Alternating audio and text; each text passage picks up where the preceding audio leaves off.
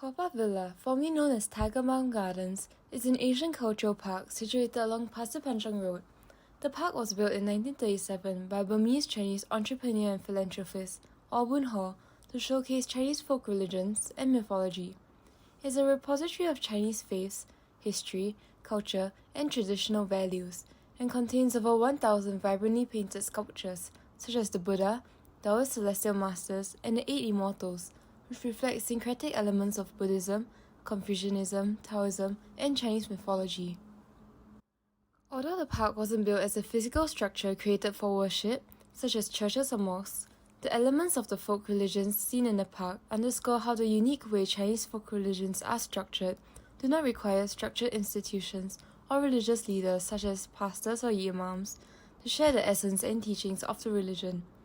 Haw Par Villa manages to exhibit the same functions as many religious sites, such as educating about Chinese folklore, legend, and mythology, without the typical architectural foundations or hierarchical structures as seen in other religions.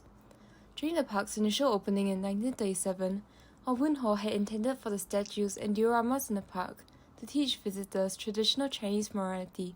such as the rewards of virtue and the punishment of vices.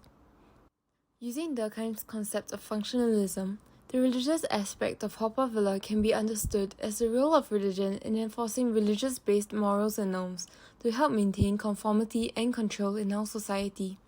The exhibits were meant to educate visitors about the values and beliefs which are highly regarded in Chinese culture, such as filial piety, loyalty and fidelity, as well as the judgment in the afterlife. These exhibits include the elaborate reconstructions of the Monkey Mountain, Virtues and Vices tableaux, as well as the 10 Courts of Hell. For example, morality seems to be a key theme in Haw Par Villa and is constantly promoted through the gruesome structures and dioramas, such as the 10 Courts of Hell, which depict hellish scenes of evildoers suffering horrific punishments after being judged by the 10 Kings of Hell. These displays focus especially on educating about Chinese morality and values, and recently, Haw Par Villa has even been renovated to include a Hell's Museum complex, which will contain various perspectives of the afterlife across different religions. This demonstrates how although Haw Par Villa wasn't built solely for religious purpose, the site itself is perfect in educating about the Chinese tales of morality, such as the virtue of charity and the danger of indulgence, to name a few. Although this theme of morality runs through the whole park, over the years, the function of Haw Par Villa has adapted and grown to encompass religious and cultural aspects as well as tourism. In addition to the lessons about morality, the park's depiction of myths and legends from Chinese mythology and folk tales provide an unparalleled visual treat for Chinese culture and social thought. The park offers a rich cultural depth and history showcased by a vast array of sculpted plants and animals in the garden, which convey symbolic Chinese cultural meanings such as the cup for success or the lotus for purity. This also highlights the park's purpose in promoting a deeper understanding of the Chinese culture. Lastly, over the years, Haw Par Villa has also gained significant recognition in being a site to visit for local as well as foreign visitors. Since its conception, Haw Par Villa has undergone constant changes and rebranding, where its function and focus emerged over the course of time in accordance with the changes to social and economic climate in Singapore. As a result of market forces and changes to people's lifestyles in the 1980s,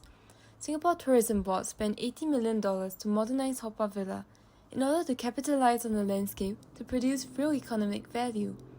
This act of rebranding Haw Par Villa into a cultural theme park, which cut down on the sculptural exhibits it once had and added amusement attractions such as boat rides and theatre performances, turned Haw Par Villa into a product of cultural and symbolic appropriation.